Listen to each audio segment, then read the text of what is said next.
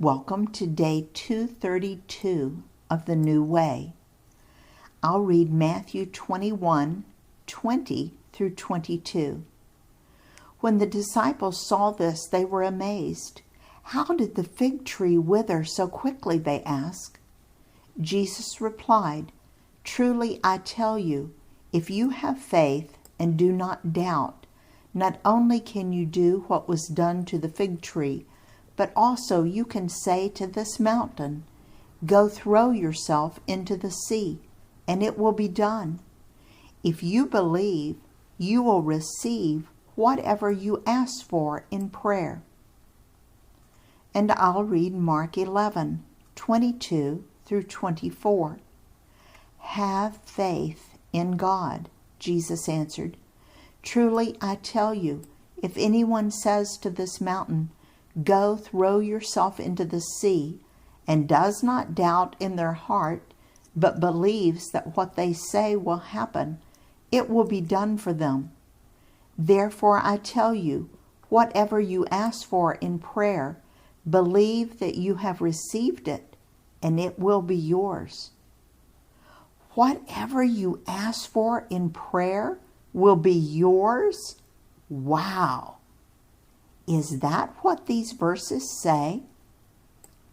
What's the fine print? Well, have you ever tried to make yourself believe something that you didn't believe? So what is God saying here? I puzzled about these verses for many years. I've learned that if what I'm praying for is God's will, then it will happen. So one of the first things I check is whether what I'm asking for is true to God's character and His written word, the Bible. In other words, if I'm praying that someone would invite Jesus into their life, then I know that that is God's will. But it is against God's character for Him to force anyone. So I can pray that prayer and believe all I want to. And I believe God will do His part. But God will still allow that person the freedom to invite Jesus into their life or to reject Him. So I must make sure that what I'm asking for agrees with God's will and with His character. The longer and more obediently you walk with God, and the more you study His Word, the better you will know what to pray for specifically and what to avoid. I've had dear friends pray for my healing for years, and God may choose to heal me on this earth someday. But I am comfortable that He has another plan to use me in spite of my pain, and so I'm at peace either way. He knows what is best, and I trust Him. You need to know that many people pray for something, and when they don't get what they want, they quit believing in or obeying God. God is not your vending machine. You put in a prayer and pull out your prize. It doesn't work that way. So how can we apply this verse today? My car's gas tank was on empty. No, it was past empty. I had gotten home late and didn't take time to fill it up with gas. All I wanted was a good night's rest. But in the middle of the night, a lady called who was really struggling, and I told her I would come to pray with her.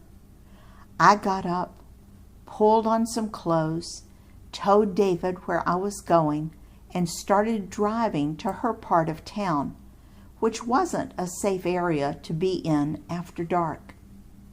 As I was driving, I realized I probably didn't have enough gas to get to her house. I began to look for a service station, but couldn't find one opened. Suddenly I felt God was telling me that He would take care of it if I would simply ask? I began to pray, "Oh God, be the gas in my tank. Please don't let me run out of gas. I am your servant and I am just trying to be obedient. Be the gas in my tank." I safely arrived at her house and ministered to her. Then I started home about dawn. Again, I prayed for God's provision. Once I got closer to home, I saw a gas station that was open. I pulled in and the motor died just as I pulled up to the pump. I filled up the tank and returned home with joyous praise. I knew that it was God's will for me to be doing that ministry. I asked believing that He could and would do it, and He did. God promises to be your provider. He promises to provide everything you need to accomplish everything He's called you to do. That's my version of 2 Corinthians 9:8, but I'll read it for you. "And God is able to bless you abundantly, so that in all things, at all times, having all that you need, you will abound in every good work." It's a wonderful promise, but it's not a frivolous promise. Another habit that I've picked up is to go ahead and thank Him in advance. If I know that my request is in His will and His character, then I go ahead and thank Him for it ahead of time. I'll read Philippians 4:6. "Do not be anxious about anything, but in every situation, by prayer and petition, with thanksgiving, present your requests to God." In other words, I can thank Him before it happens because of this promise. Another key to having our prayers answered is found in this next verse, Mark 11:25 through 26.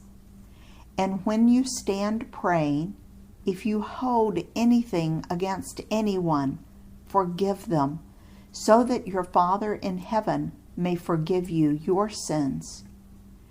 Here Mark reminds us that before we come to God with specific requests, we need to take care of business.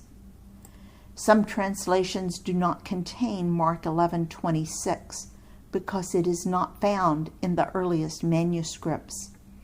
It is actually a duplicate of Matthew 6:5, and we've already covered it on day 80. In His service, Dale.